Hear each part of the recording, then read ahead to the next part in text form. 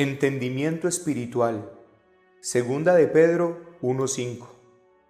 Vosotros también, poniendo toda diligencia por esto mismo, añadid a vuestra fe virtud, a la virtud conocimiento. Cuando damos una mirada hacia un pasado no muy lejano en cuanto al entendimiento de la teología, necesariamente tenemos que mirar a aquellos exponentes de la neoortodoxia, o lo que se conoce como teología liberal. Teólogos como Karl Barth, Paul Tillich, Jürgen Moltmann, entre otros, tuvieron un intento fallido al querer entender y comprender a Dios desde el campo de la ciencia. Hicieron de Dios su objeto de estudio, pero no como la Escritura lo propone, sino como la ciencia lo propone. Meter a Dios dentro de un tubo de ensayo y aplicarle el método científico basado en la observación. Qué nefasto fue esto para lo que se llama un conocimiento de Dios. A partir de ese momento, la teología liberal se tomó los púlpitos de casi todo el mundo y hoy estamos viendo los estragos de esto. El ser humano en su pecado es sumamente orgulloso e intenta erróneamente conocer a Dios de una manera muy diferente a la que Él mismo ha revelado en las Santas Escrituras. Oh, claro, y es necesario recordar que las Santas Escrituras no se salvaron del nefasto error de la teología liberal. Estos teólogos hicieron de la Escritura una burla al rebajarla a simples hechos históricos y donde todo lo milagroso fue reducido a algo más que un mito. Así pues, la teología alemana, con la desmitologización de las Escrituras, lograron medrar el carácter sagrado y singular de la Biblia. Ahora ella ya no era la palabra de Dios, sino que contenía palabra de Dios. ¿Y quién determina entonces qué es y qué no es palabra de Dios? El orgulloso y soberbio hombre. Pero querido hermano en Cristo, qué error tan fatal es creer que cuando la Biblia nos llama a un entendimiento, se reduce simplemente a un entendimiento mental. Qué error es pensar que yo soy quien determino la manera como he de entender a Dios y cómo he de aplicar ese entendimiento. Es cierto que la Biblia nos llama a un conocimiento de Dios, y esto quiere decir que Dios nos invita por medio de su palabra a que lo conozcamos. El Señor de toda la tierra, aquel que creó al hombre, muestra su deseo que éste lo conozca con estas solemnes palabras en Jeremías 9:24. Mas alábese en esto el que se hubiese de alabar, en entenderme y conocerme que yo soy Jehová, que hago misericordia, juicio y justicia en la tierra, porque estas cosas quiero, dice Jehová. Aquí hay una invitación gloriosa de parte de Dios. Él quiere que el hombre le conozca, pero Él no solo ha dado la invitación para que se le conozca, Él ha determinado cómo se le debe de conocer, y la forma bíblica de conocer a Dios dista demasiado del método científico usado por los teólogos alemanes. Y el problema es que en la teología liberal tenemos a una cantidad de impíos impenitentes, o sea, hombres no arrepentidos queriendo conocer a Dios. Y claramente por ahí comienza el problema. Ningún hombre en su pecado puede conocer a Dios.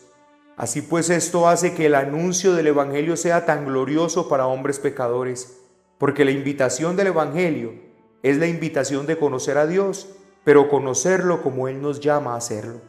Jesucristo, quien es el Evangelio, expresó las siguientes palabras en Juan 17:3: y esta es la vida eterna, que te conozcan a ti, el único Dios verdadero, y a Jesucristo a quien has enviado. La vida eterna es una invitación a conocer a Dios, pero este conocimiento de Dios va mucho más allá que un entendimiento mental de las cosas espirituales.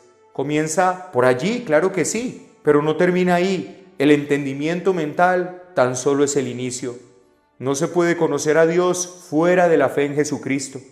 Oh, claro que podrán hablar de Dios, dirán cosas de Él, pero no tendrán un conocimiento de Dios, por lo menos no el conocimiento al cual la Biblia nos está invitando. Noten en el siguiente verso el error craso que cometieron los teólogos alemanes y el error que todavía continúa hoy en día. Mateo 11:27: todas las cosas me fueron entregadas por mi Padre, y nadie conoce al Hijo sino el Padre, ni al Padre conoce alguno sino el Hijo, y aquel a quien el Hijo lo quiera revelar. Así que aquí tenemos un magnífico anuncio. Solo el Hijo puede dar a conocer el Padre, y obviamente no solo nos da a conocer al Padre, sino todo lo que el Padre demanda de sus hijos.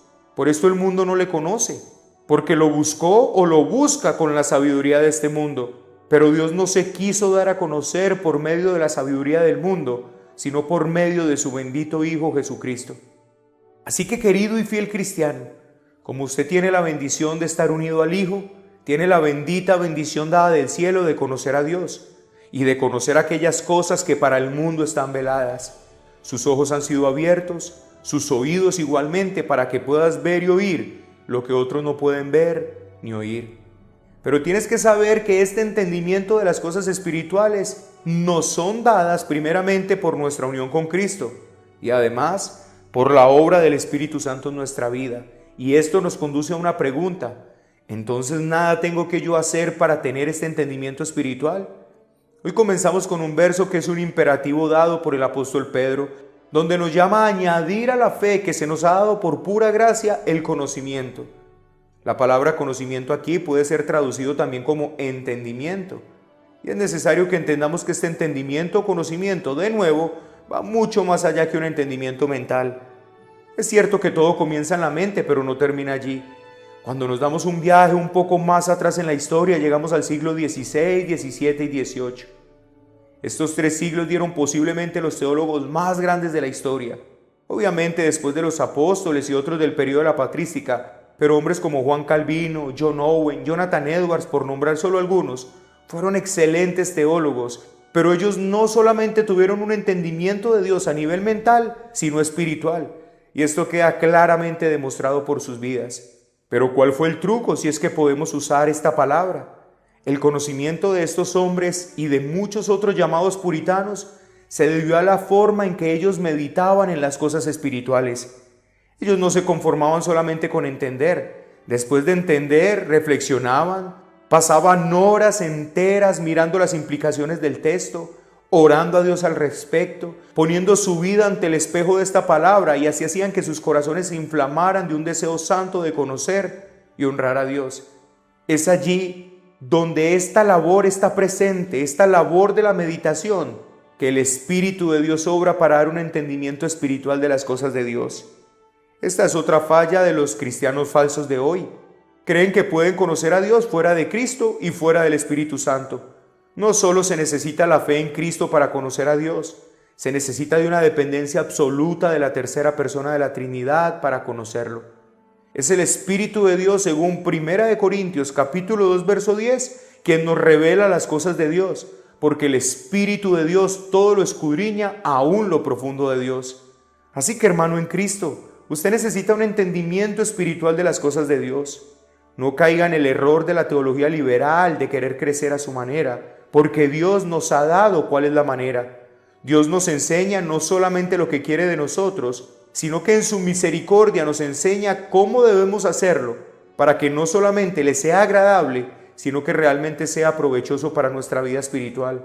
Por tanto, deseo invitarte a orar por todo eso que te he hablado en el día de hoy, y en la siguiente reflexión quisiera mostrarte cómo bíblicamente te debes dedicar a esta tarea de adquirir un entendimiento espiritual.